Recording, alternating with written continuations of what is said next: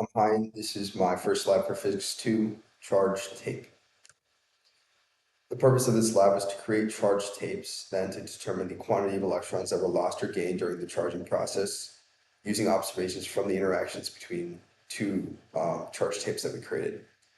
There are two major fundamental principles involved in this lab. The first is that charge is an excess or deficiency of electrons, and the second is that electric force due to two charged objects can be calculated using this equation below.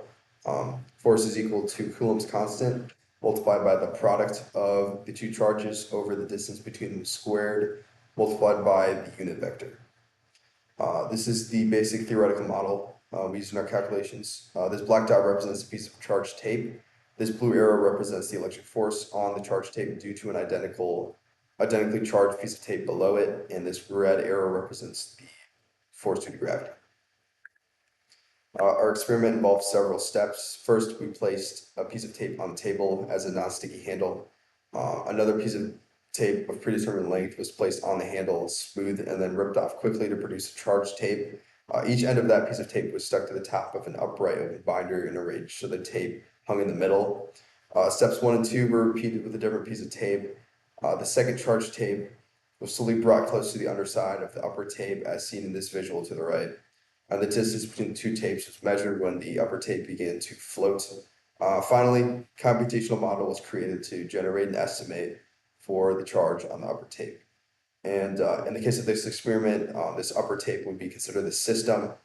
This lower tape, as well as the Earth, because of the force due to gravity, would be considered the surroundings. Here's the data we collected from our experiment. The tape length was 0.2 meters for each piece of tape. The tape mass per unit length was given at 0.001 kilograms per meter, and the measured distance between the charged tape when the upper one began to float measured to be 0.027 meters.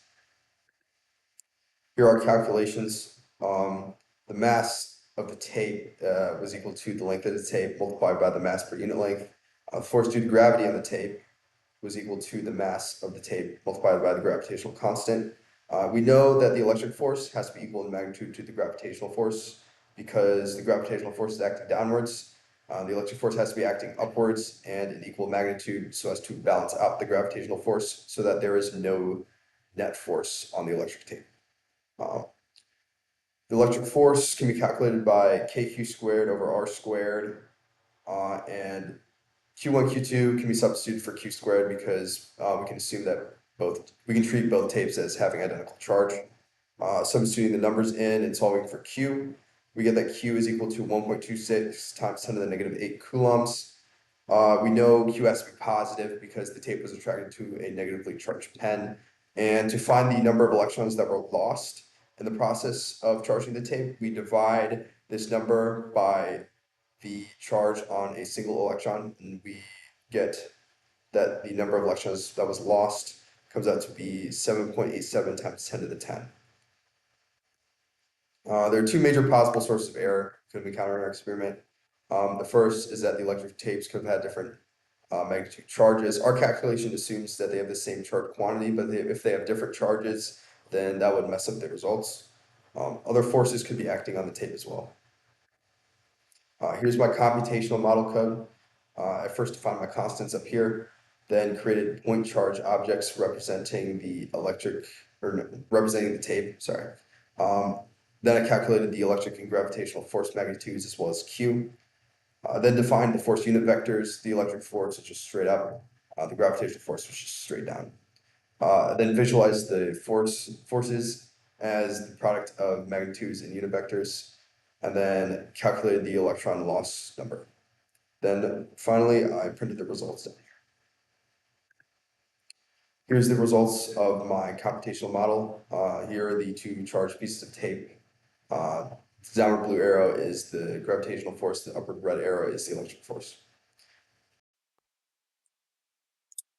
If electrons had a positive charge and protons had a negative charge, we would still have the same observations, and so it would calculate the same magnitude charge for each piece of tape. However, the tape would be attracted to a positively charged pen, so it would be determined to have negative charge.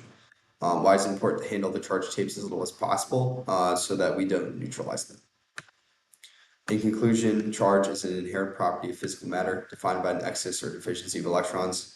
The effects of charge can be observed through the attractive or repelling electric forces on oppositely and similarly charged objects. Charge magnitude can be determined from electric force using the corresponding equation, and the charge sign of objects can be determined by observing their movement in response to a different object with a known charge sign.